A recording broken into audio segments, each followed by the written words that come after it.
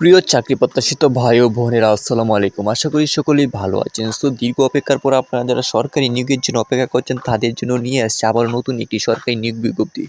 So এখানে আপনার ২টি ক্যাটাগরিতে বিশাল একটি নিয়োগ বিজ্ঞপ্তি প্রকাশ পেয়েছে। এই নিয়োগ সম্পর্কে বিস্তারিত জানতে আমাদের সাথেই থাকুন।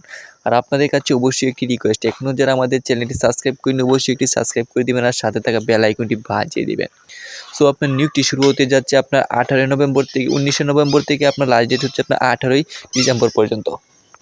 এই নিয়োগটিতে আপনার ২টি ক্যাটাগরিতে মোট ৯৩ জন লোক নেওয়া হবে। সো এখানে আপনার বেতন শুরু হচ্ছে ১৬,০০০ থেকে আপনার ৫৩,০৬০ টাকা। সো এটিকে বিশাল একটি নিয়োগ বিজ্ঞপ্তি, আবার বেতন গেটও আপনার অনেক বড়। আপনার এখানে নবম গেটে আপনার বেতন পাবেন। সো এই নিয়োগ সম্পর্কে আমরা বিস্তারিত আলোচনা করবো, আর কথা না বাড়িয়ে চলে যাচ্ছি মূল ভিডিওতে। আপনার এখানে প্রথমে দেওয়া আছে আপনার ১ নম্বর ক্যাটাগরিতে দেওয়া হচ্ছে সহকারী প্রকৌশলী, বেতন স্কেল আপনার ২২,০০০ থেকে ৫৩,০৬০ টাকা নবম গ্রেডে বেতন পাবেন।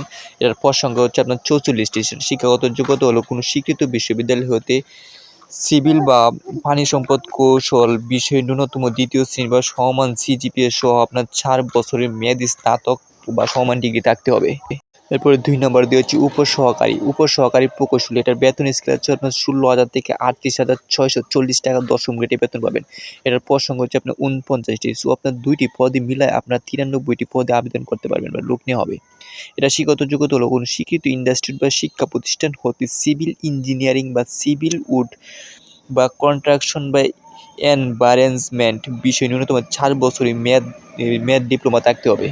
তারপরে এখানে আপনার আবেদন সংক্রান্ত কিছু তথ্য বা নোটিশ দেওয়া হচ্ছে, এগুলো আমরা একটু দেখে নিই। ১ নম্বরে দেওয়া হচ্ছে আবেদনকারীর বয়স ১৯শে নভেম্বর ২০২৫ তারিখে ১৮ থেকে ৩২ বছরের ভিতরে হতে হবে। এসএসসি এবং সমমান সনদের ভিত্তিতে বয়স নির্ধারণ করা হবে। তো বয়সের ক্ষেত্রে কোনো এফিডেভিট গ্রহণ করা হবে না, অর্থাৎ আপনার এসএসসি সার্টিফিকেটের যে বয়সটি আছে সেই বয়স অনুযায়ী আপনার ১৮ থেকে ৩২ বছরের ভিতরে বয়স হতে হবে। এছাড়া এখানে আপনার আরও অনেকগুলো তথ্য দেওয়া আছে। আপনার বাকি তথ্যগুলো আপনার নিজ দায়িত্বে একটু দেখে নেবেন, কীভাবে আপনার পরীক্ষা হবে। এই সবগুলো তথ্য আপনার বিস্তারিত দেওয়া আছে আবেদন সংক্রান্ত। এখানে যত নোটিশ দেওয়া আছে সবগুলো একটু দেখে নেবেন। সো আমরা স্ক্রল করে একটু নিচে চলে যাই। তারপরে এখানে আপনার ৭ নাম্বারে কিছু গুরুত্বপূর্ণ তথ্য দেওয়া আছে, এগুলো একটু আমরা দেখে নিই। ৭ নাম্বারে হচ্ছে লিখিত পরীক্ষায় উত্তীর্ণ প্রার্থীদের মৌখিক পরীক্ষার সময় সকল সনদের ফটোকপি প্রদর্শনপূর্বক নিম্নোক্ত কাগজপত্র এক সেট দাখিল করতে হবে। অর্থাৎ আপনারা যারা লিখিত পরীক্ষায় উত্তীর্ণ মৌখিক পরীক্ষার জন্য অংশগ্রহণ করবেন তাদের জন্য আপনার এখানে নিচে কিছু কাগজপত্র দেওয়া আছে, এগুলো একটু নিজ দায়িত্বে সংগ্রহ করে তারপর আপনারা ভাইভাতে যাবেন। সো আপনার কী কী কাগজপত্র লাগবে এগুলো একটু আমরা দেখে নিই। প্রথমে দেওয়া হচ্ছে খ নাম্বারে অনলাইন আবেদনপত্র, অনলাইন পূরণকৃত আবেদন, অর্থাৎ আপনার প্রথমে যে আবেদনটি করছেন এটি একটি আবেদনের পূরণটা আপনি নিতে হবে। এরপর লিখিত পরীক্ষায় প্রবেশপত্রের কপি। ঘ নাম্বার দেওয়া হচ্ছে ৩ কপি পাসপোর্ট সাইজের সদ্য তোলা সত্যায়িত রঙিন ছবি, সকল শিক্ষাগত যোগ্যতা সনদের সত্যায়িত অনুলিপি। সরকারি, আধা সরকারি ও স্বায়ত্তশাসিত প্রতিষ্ঠানে কর্মরত প্রার্থীদের ক্ষেত্রে যথাযথ কর্তৃপক্ষ কর্তৃক প্রদত্ত অনাপত্তিপত্র প্রযোজ্য ক্ষেত্রে সংশ্লিষ্ট স্থানীয় সরকার প্রতিষ্ঠিত হতে প্রাপ্ত নাগরিক সনদপত্র, জাতীয় পরিচয়পত্র, জন্ম নিবন্ধন সনদের সত্যায়িত অনুলিপি, গেজেটের কর্মকর্তা কর্তৃক নামযুক্ত সিল দ্বারা প্রদত্ত চারিত্রিক সনদপত্র, ক্ষুদ্র নিগোষ্ঠী, শারীরিক প্রতিবন্ধী ও তৃতীয় লিঙ্গের কোটায় আবেদনকারীদের ক্ষেত্রে উন্মুক্ত কর্তৃপক্ষ কর্তৃক প্রদত্ত সনদের সত্যায়িত অনুলিপি।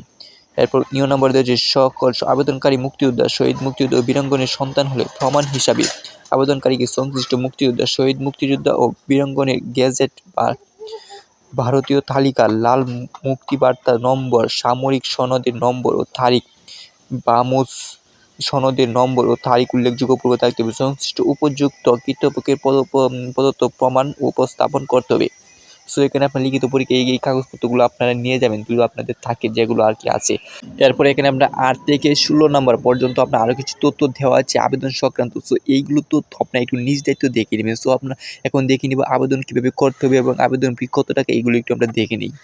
তারপর ১৭ নম্বর দেওয়া হচ্ছে পরীক্ষা ফি পরিশোধ। আবেদন সম্পূর্ণের পরে Teletalk prepaid mobile number SMS করে অত্র বিভাগ অত্র মন্ত্রণালয়ের গত ৩০ ডিসেম্বর ২০২৪ এত স্মারক নং প্রজ্ঞাপন মূল্যে নিম্নোক্ত হারে পরীক্ষা ফি জমা দিতে হবে। অর্থাৎ আপনার যে এখানে যে পরীক্ষা ফিটি দেওয়া হচ্ছে এই টাকাটা আপনার জমা দিতে হবে। তো আপনার এখানে দেওয়া হচ্ছে ১ নাম্বার মানে প্রথম গ্রেড নবম গ্রেড আপনার ১ নাম্বার পদের জন্য আপনার আবেদন ফি হচ্ছে ২০০ টাকা।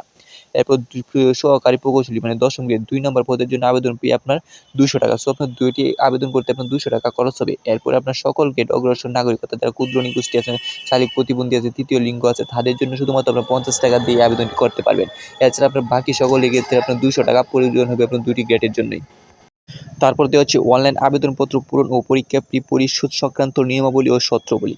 খ নম্বরে দেওয়া হচ্ছে পরীক্ষায় অংশগ্রহণ ইচ্ছুক ব্যক্তি http://lgd.teletalk.com.bd এই ওয়েবসাইটে আবেদনপত্র পূরণ করতে হবে। অর্থাৎ আপনার এখানে যে লিঙ্কটি দেওয়া আছে এই লিঙ্কটি ঢুকিয়ে আপনার আবেদনটি পূরণ করতে হবে। সো এই লিঙ্কটি আপনার ডেসক্রিপশনে দিয়ে দেওয়ার চেষ্টা করবে, এখানে ঢুকিয়ে আপনি আবেদন করতে পারবেন। তারপর দেওয়া হচ্ছে আবেদনের সময়সীমা নির্ভর করতে আবেদন কবে শুরু হবে। সো এখানে দেওয়া আছে আপনার 19শে নভেম্বর 2025 খ্রিস্টাব্দে সকাল 10টা থেকে আবেদন শুরু এবং আবেদনের শেষ তারিখ হচ্ছে আপনার 18ই ডিসেম্বর 2025 খ্রিস্টাব্দে বিকাল 5টা পর্যন্ত। অর্থাৎ আপনার নভেম্বরে 19 তারিখ থেকে আবেদন শুরু করতে পারবেন এবং কি ডিসেম্বরে 18 তারিখ আপনার আবেদন শেষ হয়ে যাবে। সো উক্ত সময়সীমার মধ্যে আপনার দ্রুত আবেদন করে ফেলবেন এবং কি বলা হয়েছে আপনার উক্ত সময়সীমার মধ্যে আবেদনের আপনার 72 ঘন্টার ভিতরে আপনার পরীক্ষা ফিটি জমা দেওয়ার জন্য কথা বলা হয়েছে। এরপর বলা হয়েছে আপনার অনলাইন আবেদনপত্র প্রার্থী তার স্বাক্ষরের দৈর্ঘ্য হবে 300 এবং প্রস্থ হবে 80 পিক্সেল এবং রঙিন ছবির দৈর্ঘ্য 300 এবং প্রস্থ 80 পিক্সেল স্ক্যান করে নির্ধারিত স্থানে আপলোড করতে হবে। অর্থাৎ আপনার এখানে আবেদনটি করতে একটি আপনার স্বাক্ষর দিতে হবে এবং এই স্বাক্ষরের দৈর্ঘ্য হবে আপনার 300 এবং প্রস্থ হবে 80 পিক্সেল এবং একটি ছবি আপলোড করতে হবে। ছবির দৈর্ঘ্য হচ্ছে 300 এবং প্রস্থ 300 পিক্সেল করে নির্ধারিত স্থানে আপলোড করতে হবে। এরপর এখানে দেওয়া হচ্ছে ছবির সাইজ সর্বোচ্চ 100 কেবি এবং স্বাক্ষরের সাইজ সর্বোচ্চ 60 কেবির ভিতরে হতে হবে। তারপর দেওয়া হচ্ছে অনলাইন আবেদনপত্র পূরণ তথ্য যেহেতু পরবর্তী সকল কার্যক্রম ব্যবহৃত হবে সেহেতু অনলাইন আবেদনপত্র সাবমিট করার পূর্বে পূরণকৃত সকল তথ্য সঠিক সম্পর্কিত প্রার্থী নিজে শতভাগ নিশ্চিত থাকুন। অর্থাৎ আপনার নিজের সকল তথ্য নিশ্চিত দেখে আপনার সঠিক আছে কিনা তারপর সাবমিট করার জন্য বলা হয়েছে। সো আপনার নিজে আবেদনটি ভালোভাবে শতভাগ নিশ্চিত হয়ে তারপর সাবমিট করবেন। এছাড়া আপনার আবেদন পরবর্তীতে আর কোনো কিছু আপনার করা যাবে না।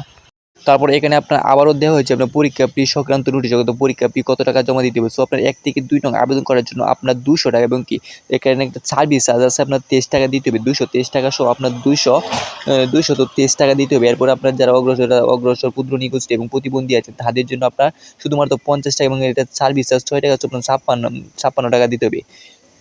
অর্থাৎ এখানে আবার উল্লেখ বলা হয়েছে অনলাইন আবেদনপত্র সকল অংশ পূরণ করে সাবমিট করা হলো পরীক্ষা ফি জমা না দেওয়া পর্যন্ত আপনার পরীক্ষা কোনোভাবে গৃহীত হবে না। অর্থাৎ আপনার আবেদন করার 72 ঘন্টার ভিতরে আপনার পরীক্ষা ফিটি জমা দিয়ে দিবেন, তাহলে আপনার আবেদনটি নিশ্চিত হবে। সো আবেদন নিশ্চিত করার জন্য আপনার আবেদন ফিটা আপনার 72 ঘন্টার ভিতরে জমা দিয়ে দিবেন। তারপর এখানে দেওয়া হচ্ছে আপনার আবেদনটি মানে টাকাটা কীভাবে পেমেন্ট করবেন এগুলো প্রথম মেসেজ দ্বিতীয় মেসেজ আপনি এগুলো দেওয়া আছে, এগুলো আপনি নিজে দেখে একটু তো নিজে আবেদন করে তাহলে নিজেরা একটু পাঠিয়ে দেবেন। এছাড়া আপনার কম্পিউটার দোকান থেকে আবেদন করলে তারাই আপনার পরীক্ষা ফিটি জমা দিয়ে দিবে। সো এটাই আপনার আবেদনের সর্বশেষ লিস্ট। আর এটি একটি সম্পূর্ণ সরকারি চাকরি। আপনার এই নিয়োগে আপনি আবেদন করলে আপনার সরকারি স্থায়ী পদে যোগদান দিতে পারবেন। সো আপনারা দ্রুত আবেদন করার চেষ্টা করে ফেলবেন এই নিয়োগটিতে। আর আপনাদের কাছে অবশ্যই আবারও একটি রিকোয়েস্ট, এখনও যারা আমাদের চ্যানেলটি সাবস্ক্রাইব করেনি অবশ্যই একটি সাবস্ক্রাইব করে দেবেন আর সাথে থাকা বেল আইকনটি বাজিয়ে দেবেন, তাহলে সবার আগে আমাদের এই ভিডিওটি আপনাদের কাছে পৌঁছে দেবে। তো এই নিয়োগে আপনারা আমাদের চ্যানেলটি সাবস্ক্রাইব করলে আপনারা প্রতিদিন নতুন সরকারি চাকরি আপডেট পাবেন। তো সকলেই ভালো থাকবেন। আসসালামু আলাইকুম।